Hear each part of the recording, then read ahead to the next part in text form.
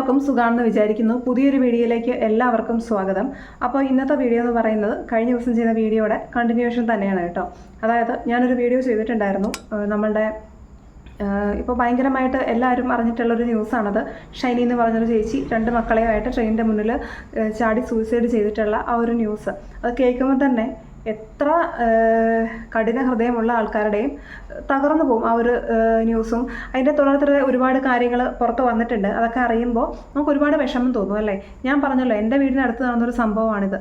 എൻ്റെ മകൻ പഠിക്കുന്ന സ്കൂളിലാണ് ആ 2 കുഞ്ഞു മക്കളും പഠിച്ചിട്ടുണ്ടായിരുന്നത്. അപ്പോൾ അത് നമ്മളെ കൂടുതൽ എഫക്റ്റ് ചെയ്യും. അപ്പോൾ എനിക്കത് ഭയങ്കര വിഷമമായി. നമ്മൾ കൂടുതൽ കാര്യങ്ങൾ അറിയും തോറും നമ്മളെ അത് വല്ലാത്ത രീതിയിൽ അഫക്റ്റ് ചെയ്യുന്നുണ്ട്. അപ്പോൾ ഞാൻ വിചാരിച്ചു, എനിക്ക് ഒട്ടും വീഡിയോ ചെയ്യാൻ പറ്റുന്ന ഒരു സിറ്റുവേഷനിലൊന്നും ആയിരുന്നില്ല ഞാൻ. ബിക്കോസ് ഞാൻ പ്രഗ്നൻ്റ് ആണ്. അപ്പോൾ എനിക്ക് ഷുഗർ ലോ ആയി, BP ലോ ആയി, അങ്ങനെ കുറേ ഇഷ്യൂസ് ഉണ്ട്. അപ്പോൾ അതാണ് ഞാൻ വേറൊരു വീഡിയോയിൽ അതിനെക്കുറിച്ചൊക്കെ പറയാമെന്ന് പറഞ്ഞിട്ടുണ്ടായിരുന്നത്. ഒരുപാട് പേര് ചോദിക്കുന്നുണ്ട് എന്തുകൊണ്ടാണ് വീഡിയോ ഇല്ലാത്തതെന്നൊക്കെ.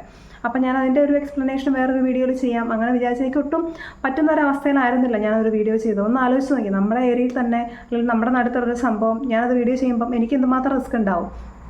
അപ്പോൾ ഞാൻ വിചാരിക്കുന്നത് ഓരോരുത്തരും അവരെ കൊണ്ട് പറ്റുന്ന എന്തെങ്കിലും കാര്യങ്ങളൊക്കെ ചെയ്യണം എന്നുള്ളതാണ്.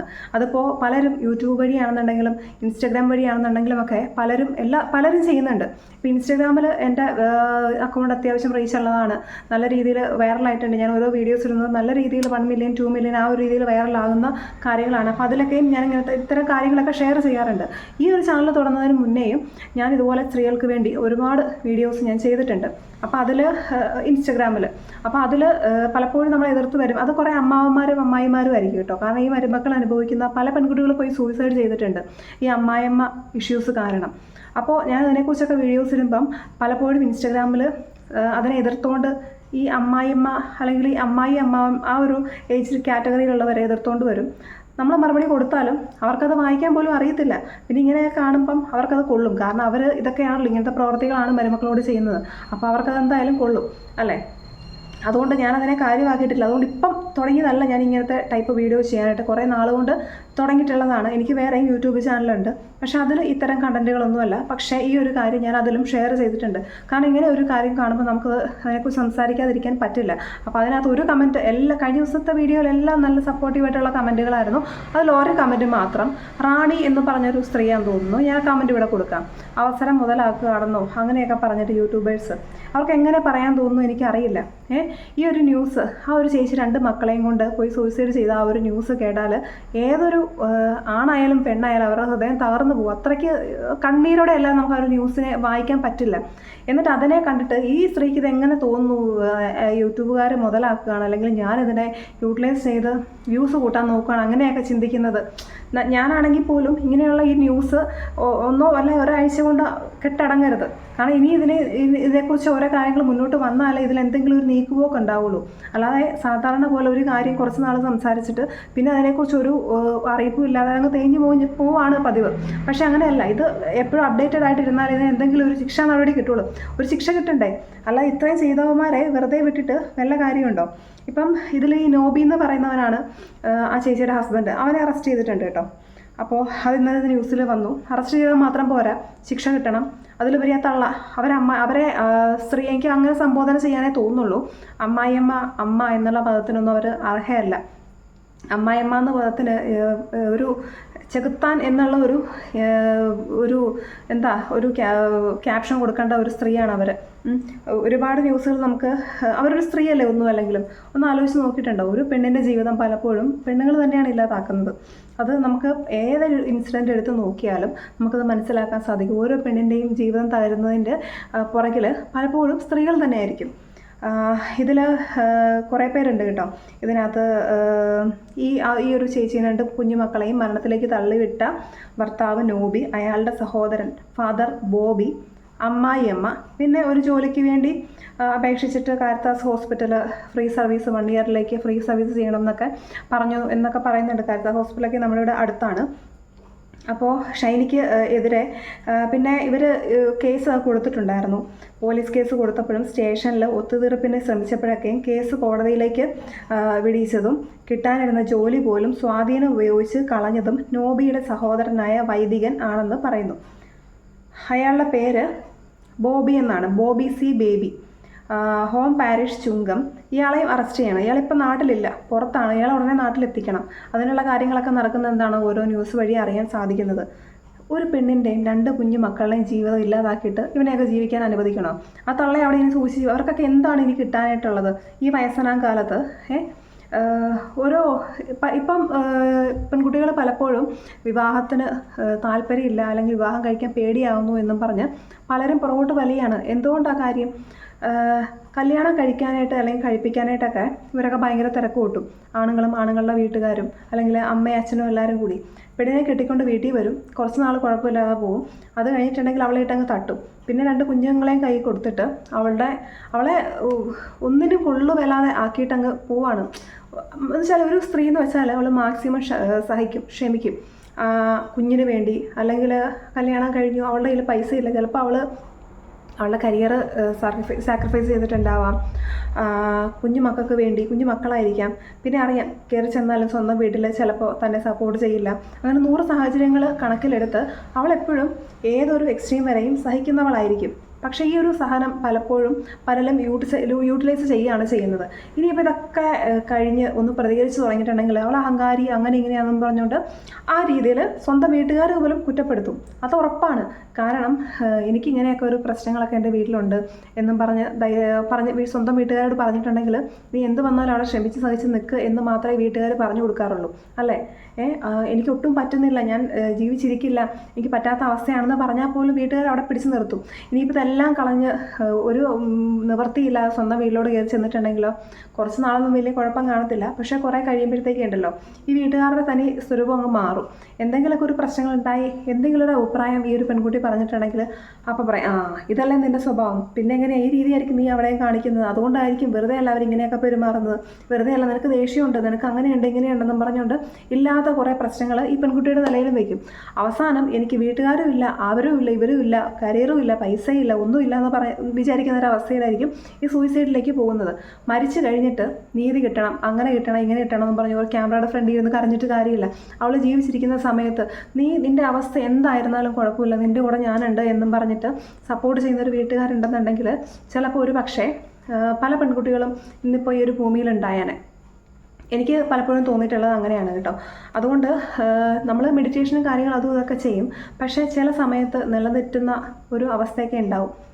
അപ്പോൾ ആ ഒരു സമയത്താണ് ഇങ്ങനെയുള്ള ഓരോ കാര്യങ്ങളൊക്കെ പലപ്പോഴും തോന്നുന്നത്.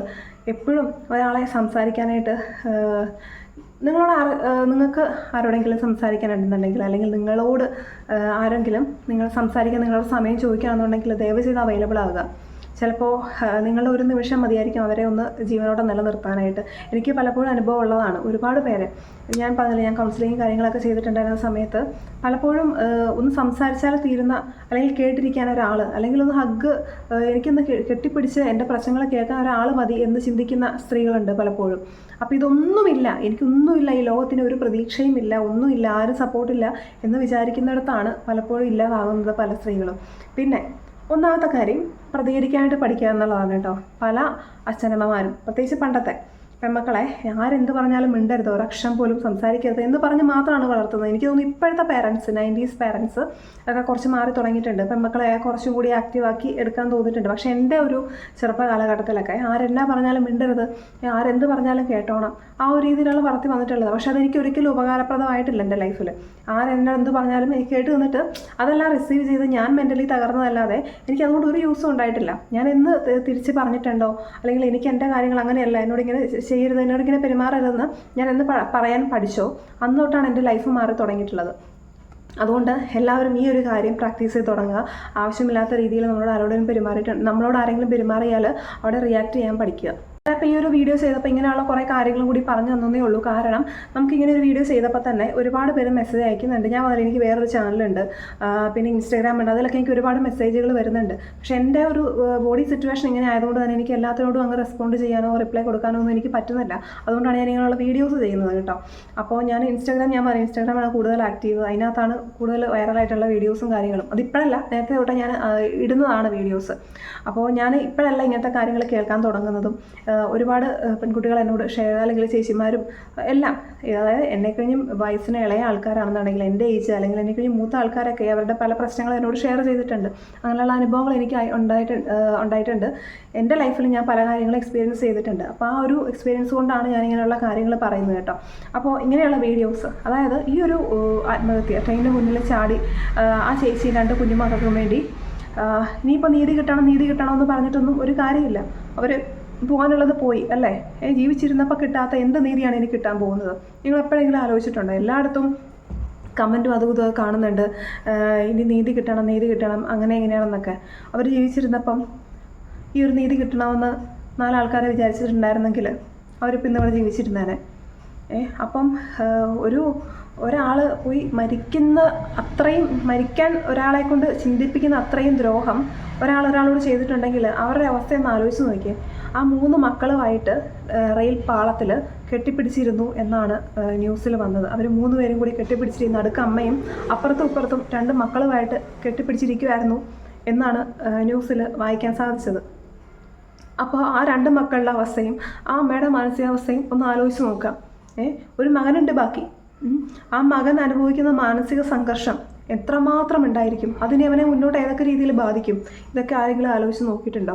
അപ്പം ആ നികൃഷ്ട ജീവികളായ നോബി, ബോബി, ആ അമ്മായിയമ്മ, അവരെ വേണം ആദ്യമേ ശിക്ഷിക്കാൻ. അവരെ വേണം, അവരുടെ കയ്യിൽ വല്ല ആണി അടിച്ച് വേണം അവരെ വിടാനായിട്ട്. കാരണം അവരൊരു സ്ത്രീയല്ലേ.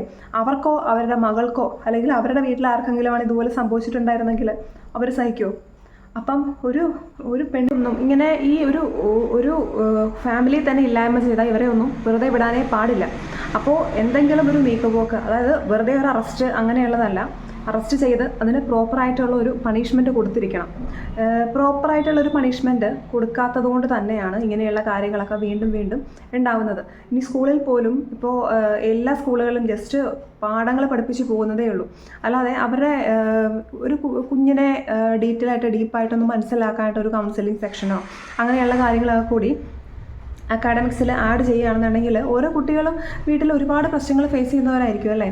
അപ്പോൾ അതൊക്കെ ഒന്ന് മനസ്സിലാക്കി കൊണ്ടുപോകണമെന്നുണ്ടെങ്കിൽ ഈ സ്കൂളിലെ ഈ ഒരു സ്റ്റഡി മെത്തേഡ് തന്നെ ഒന്ന് മാറ്റിയിട്ടുണ്ടെങ്കിൽ കുറേ മാറ്റങ്ങളൊക്കെ വരും. ഞാനെപ്പോഴും ഇങ്ങനെയൊക്കെ ആലോചിക്കും കേട്ടോ. പക്ഷേ ഇതൊക്കെ നമ്മുടെ നാട്ടിൽ ഇത് നടക്കുമെന്ന് എനിക്ക് തോന്നുന്നില്ല. നമുക്ക് എല്ലാവർക്കും ഇങ്ങനെയുള്ള ചിന്തകളും ഐഡിയാസൊക്കെ ഉണ്ട്, പക്ഷേ നമ്മുടെ നാട്ടിൽ ഇതൊന്നും വരാൻ പോകുന്നില്ല. കാരണം പണ്ടുള്ള എഡ്യൂക്കേഷൻ സിസ്റ്റം തന്നെയാണ് ഇപ്പോഴും കൊണ്ടുപോകുന്നത്. അല്ലാതെ അതിനൊന്നും ഒരു മാറ്റവും വന്നിട്ടില്ല. അതിനൊക്കെ മാറ്റം വരണമെന്നുണ്ടെങ്കിൽ അത് റൂൾ ചെയ്യുന്ന ആൾക്കാർ നല്ല എഡ്യൂക്കേറ്റഡ് ആയിട്ട് ഇങ്ങനെയുള്ള കാര്യങ്ങളൊക്കെ തിങ്ക് ചെയ്യാണ്ട് കഴിവുള്ള ആൾക്കാരായിരിക്കണം. അപ്പം അവിടം തൊട്ടേ മാറ്റങ്ങൾ വരണം. അതായത് ഈ ഭരിക്കുന്ന ആളുകൾ തൊട്ട് മാറ്റങ്ങൾ വരണം. അപ്പോൾ ഇതിനൊക്കെ ഒരു ചേഞ്ച് വരുള്ളൂ, മൊത്തത്തിലൊരു ചേഞ്ച് വരുള്ളൂ. അപ്പോൾ ഞാൻ ഇവരുടെയൊക്കെ ഡീറ്റെയിൽസ് പറഞ്ഞല്ലോ അല്ലേ. അപ്പോൾ എന്തെങ്കിലും ഒരു കാര്യങ്ങൾ ഒരു ചേഞ്ച് ഉണ്ടാകുന്നത് വരെ നമുക്കിങ്ങനത്തെ, ഞാൻ മാത്രമല്ല ഒരുപാട് വീഡിയോസ് വരുന്നുണ്ട്. ഇൻസ്റ്റഗ്രാമിൽ ഞാൻ ഒരുപാട് വീഡിയോസ് ഞാൻ അപ്ലോഡ് ചെയ്യുന്നുണ്ട്. പലരും ഇത് ചെയ്യുന്നുണ്ട്. അത് ചെയ്യുന്നതിൻ്റെ കാരണം ഈ ഒരു കാര്യം വിറ്റ് കാശാക്കുക എന്നുള്ളതല്ല. ഒരു മനുഷ്യനും അങ്ങനെ ചിന്തിക്കില്ല. ഈ ഒരു വിഷയത്തിൽ ഒരു മനുഷ്യനായിട്ടുള്ള ഒരാൾക്കും അങ്ങനെ ചിന്തിക്കില്ല. കേൾക്കുന്ന ആർക്കെങ്കിലും ഇത് വിറ്റ് കാശാക്കാൻ തോന്നുന്നുണ്ടെങ്കിൽ അത്രയും മോശപ്പെട്ട മനസ്സുള്ള ഒരാൾക്ക് മാത്രമേ ഇതിനെയും ആ രീതിയിൽ ചിന്തിച്ചെടുക്കാൻ പറ്റുള്ളൂ.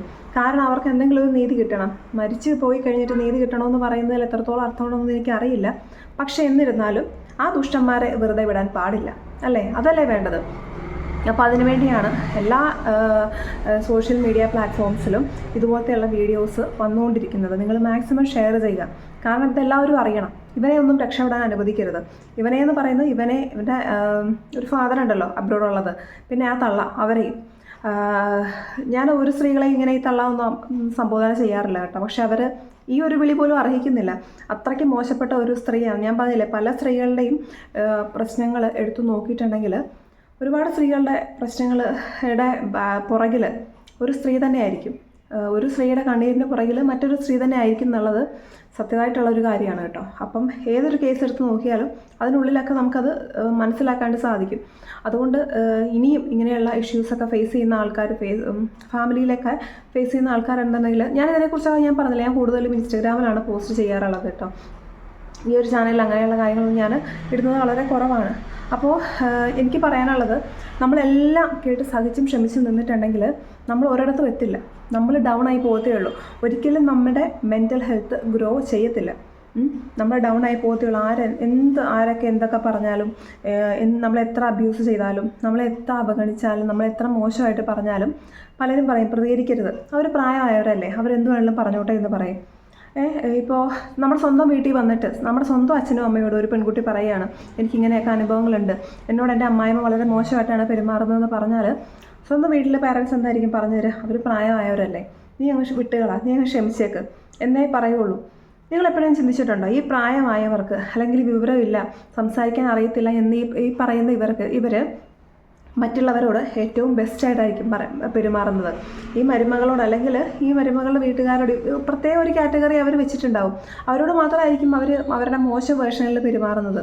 അവർ നല്ല രീതിയിൽ പെരുമാറുന്ന ഒരുപാട് ആൾക്കാരുണ്ടായിരിക്കും, അവരുടെ ആൾക്കാർ അല്ലെങ്കിൽ അവർക്കിഷ്ടമുള്ള ആൾക്കാരോടൊക്കെ അവർ ഏറ്റവും നല്ല രീതിയിൽ പെരുമാറുന്നവരായിരിക്കും.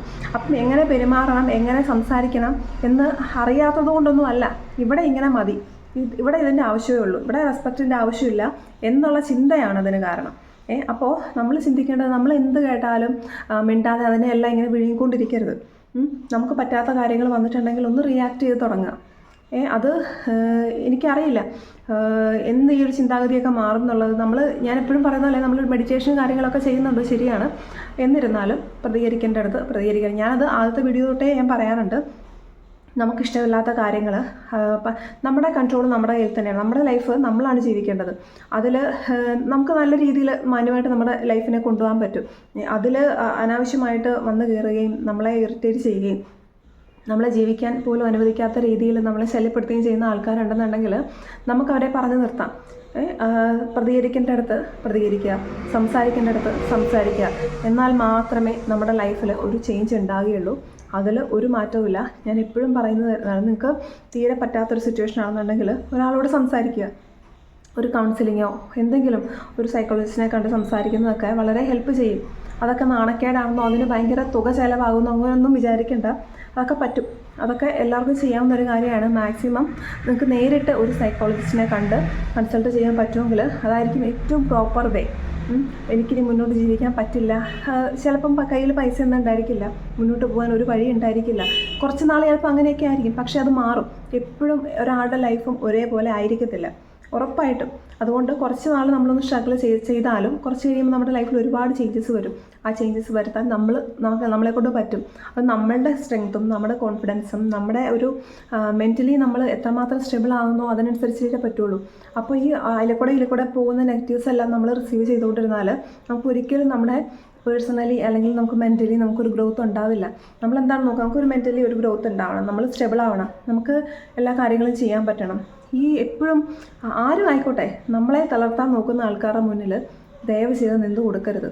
ഒരു തവണ ഒന്ന് റിയാക്ട് ചെയ്ത് നോക്കുക, ഒന്നും സംഭവിക്കാൻ പോകുന്നില്ല.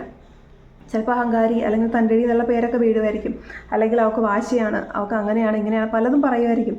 പക്ഷേ നമ്മുടെ മാനസികാവസ്ഥ, നമ്മുടെ മെൻ്റൽ സിറ്റുവേഷൻ അതെന്താണെന്നുള്ളത് നമുക്ക് മാത്രമല്ലേ അറിയുള്ളൂ. കുറ്റം പറയുന്നവർ എപ്പോഴും പറഞ്ഞുകൊണ്ട് തന്നെ ഇരിക്കും. അവർക്ക് ഒരിക്കലും നമ്മളുടെ സിറ്റുവേഷൻ എന്താണെന്നോ നമ്മുടെ മാനസികാവസ്ഥ എന്താണെന്നോ ഒന്നും മനസ്സിലാവില്ല. അത് മനസ്സിലാകുന്ന ഒരാൾക്ക് ഒരിക്കലും നിങ്ങളെ തള്ളിക്കളയാൻ പറ്റില്ല. അല്ലെങ്കിൽ നമ്മളെ അവഗണിക്കുന്നവരുടെ സൈഡ് പിടിച്ച് അല്ലെങ്കിൽ അവരെ സപ്പോർട്ട് ചെയ്ത് ഒരിക്കലും നിങ്ങളോട് സംസാരിക്കാനും തോന്നില്ല. അതുകൊണ്ട് നിങ്ങൾക്ക് വേണ്ടി ചിന്തിക്കുക. നിങ്ങൾക്ക് നിങ്ങളുടെ മക്കളുണ്ടെങ്കിൽ അവരെ ചേർത്ത് പിടിക്കുക. നിങ്ങൾക്ക് വേണ്ടി ചിന്തിക്കുക. മറ്റുള്ളവർ നിങ്ങളെ ക്രൂശിക്കുന്ന ആൾക്കാരോട് പ്രതികരിക്കേണ്ടടുത്ത് പ്രതികരിച്ച് തന്നെ തുടങ്ങാം. ഇനി അതേ പറ്റുള്ളൂ. ഇനി ഈ ലോകത്ത് നമ്മൾ നമ്മുടെ പ്രതികരണശേഷി നമ്മൾ പ്രയോജനപ്പെടുത്തിയിട്ട് തന്നെ കാര്യമുള്ളൂ കേട്ടോ. അല്ലാതെ മിണ്ടാതിരുന്നത് കൊണ്ടോ എന്തുണ്ടെങ്കിലും അതെല്ലാം കേട്ട് സഹിച്ച് ജീവിക്കുന്ന ഇതൊക്കെ മാറി. കാരണം സഹിക്കും, ഒരുപാട് ഇങ്ങനെ സഹിച്ച് എല്ലാം റിസീവ് ചെയ്ത് ഇങ്ങനെ ഇരിക്കും. അവസാനം ഒരു ഒറ്റ പൊട്ടിത്തെറിയായിരിക്കും. അത് ഏത് രീതിയിലായിരിക്കും എന്ന് പറയാൻ പറ്റത്തില്ല. ചിലവർ ഭയങ്കരമായിട്ട് പൊട്ടിത്തെറിക്കും, ചിലവർ സൂയിസൈഡ് ചെയ്യുന്ന അവസാനിക്കും. പല രീതിയിലാണ് ഇത് അവസാനിക്കുക. അതുകൊണ്ട് നിങ്ങൾ ആദ്യമേ തൊട്ടേ നോ പറയേണ്ടടുത്ത് നോ പറയുക, പ്രതികരിക്കാൻ പഠിക്കുക. ഇപ്പോൾ ഈ ഒരു കേസിൽ തന്നെ ന്യൂസിൽ വന്നതാണ്. നോബി എന്ന് പറഞ്ഞ ആൾ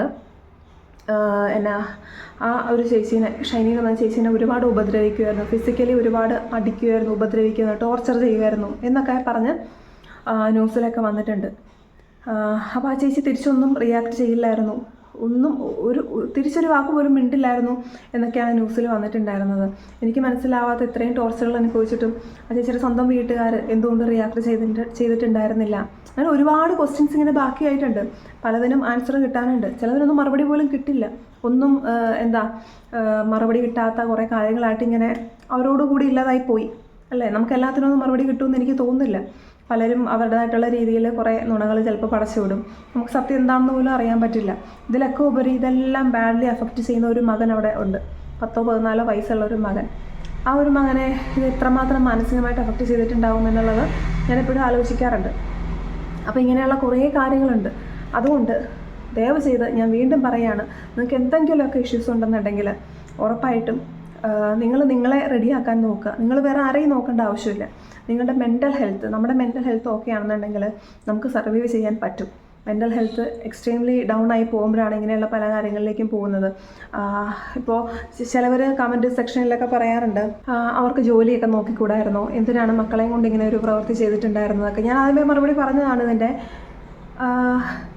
മക്കളെയും കൊണ്ട് അവർക്കറിയാം ആ അമ്മ നോക്കുന്നത് പോലെ ഈ മക്കളെ ഇനി നോക്കാനായിട്ട് ഈ ലോകത്ത് വേറെ ആരുമില്ല എന്നുള്ളത്. പെൺമക്കൾ കൂടിയാണ്. അപ്പോൾ ജോലിക്ക് ശ്രമിച്ചില്ല എന്നും പറയുന്നത്. ജോലിക്കൊക്കെ ഒരുപാട് ശ്രമിച്ചിട്ടുണ്ടായിരുന്നു. പലയിടത്തുനിന്നും റിജക്ഷൻസാണ് ഉണ്ടായത്. പിന്നെ ഈ അവരുടെ ഹസ്ബൻഡിൻ്റെ ചേട്ടനാണ് ബോബി എന്ന് പറയുന്ന ആൾ. അയാൾ തന്നെ ഇടപെട്ട് ഇവർക്ക് കിട്ടിയ പല ഓഫറുകളും ഇടപെട്ട് അതെല്ലാം കളയുമായിരുന്നു. ജോലിയുടെ പല കാര്യങ്ങളും ഇതെല്ലാം അവരിടപെട്ട് നശിപ്പിക്കുകയായിരുന്നു. അവരൊന്നും ഇല്ലായ്മ ചെയ്ത ഒരു കുടുംബമാണത്. എല്ലാം കൊണ്ടും കരിയർ വൈസ് ആണെന്നുണ്ടെങ്കിലും എല്ലാ രീതിയിലും ഇല്ലായ്മ ചെയ്തൊരു ഫാമിലിയാണത്. അപ്പം ഇതൊന്നും ശ്രമിക്കാതെ ഒറ്റയടിക്ക് പോയി ഇങ്ങനെ സൂയിസൈഡ് ചെയ്ത ഒരാളല്ല.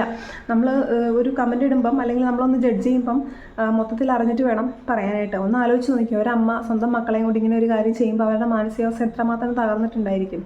അപ്പം നമുക്കിനി പ്രാർത്ഥിക്കാം അവർക്ക് വേണ്ടി. ഒരിക്കലും അവരെ ബ്ലെയിം ചെയ്യരുത്. കാരണം ഈ ജീവിച്ചിരിക്കേണ്ട എനിക്ക് എന്നാ പറയണമെന്ന് എനിക്ക് അറിയത്തില്ല. ഞാൻ പറഞ്ഞില്ല, എൻ്റെ മോൻ്റെ സ്കൂളിൽ പഠിച്ചിരുന്ന കുട്ടികൾ കൂടിയാണ്. അപ്പം നമ്മുടെ ഈ പ്രദേശത്ത് തന്നെ നടന്നൊരു സംഭവമാണ്. നമുക്കത് കേൾക്കുമ്പോൾ ഭയങ്കര ബുദ്ധിമുട്ട് തന്നെയാണ്. അപ്പോൾ വീണ്ടും അത് കഴിഞ്ഞിട്ടും വേറെയും സംഭവങ്ങൾ ഉണ്ടായിട്ടുണ്ട്. നവവധു ആത്മഹത്യ ചെയ്തു എന്നും പറഞ്ഞ് വേറെ ന്യൂസുകളൊക്കെ വന്നിട്ടുണ്ടായിരുന്നു. അപ്പോൾ ഇതെല്ലാം കണ്ടതിന് ശേഷം ആണ് ഞാനിങ്ങനെ ഒരു വീഡിയോ ഇടാൻ തുടങ്ങിയിട്ടുണ്ടായിരുന്നത്. അപ്പോൾ എല്ലാവരും സ്ട്രോങ് ആയിട്ടിരിക്കുക. പ്രതികരിക്കേണ്ടടുത്ത് പ്രതികരിച്ച് തുടങ്ങുക. എന്നാൽ മാത്രമേ ലൈഫ് ചേഞ്ച് ആവുകയുള്ളൂ. ഈ ഫെമിനിസവും അതും ഇതുമൊക്കെ ഈ സിനിമയിൽ അവിടെ ഇവിടെയൊക്കെ ഉള്ളൂ. അല്ലാതെ നോർമൽ ആയിട്ടുള്ള ഒരു ലൈഫ് കൊണ്ടുപോകുന്ന ഒരു സ്ത്രീയുടെ ലൈഫിൽ ഫെമിനിസം ഒന്നുമല്ല. അവൾക്ക് വേണ്ട ഒരു ബേസിക് ആയിട്ടുള്ള ഒരു കാര്യങ്ങൾ പോലും അവൾക്ക് കിട്ടുന്നില്ല.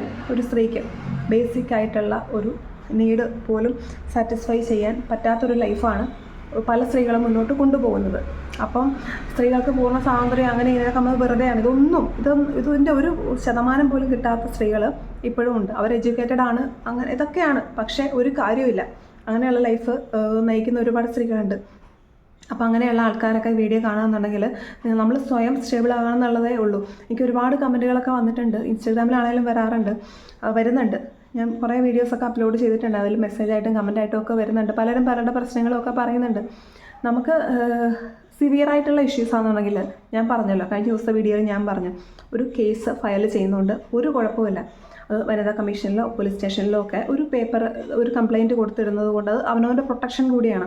അങ്ങനെ ചെയ്തിടുന്നത് കൊണ്ട് ഒരു കുഴപ്പമില്ല. നിങ്ങൾ അങ്ങനെ ചെയ്യുക. അവനവൻ്റെ പ്രൊട്ടക്ഷനാണ് ഏറ്റവും വലുത്. പ്രതികരിക്കേണ്ടത് പ്രതികരിച്ച് തുടങ്ങുക. എനിക്കത് മാത്രമേ പറയാനുള്ളൂ. ബൈ.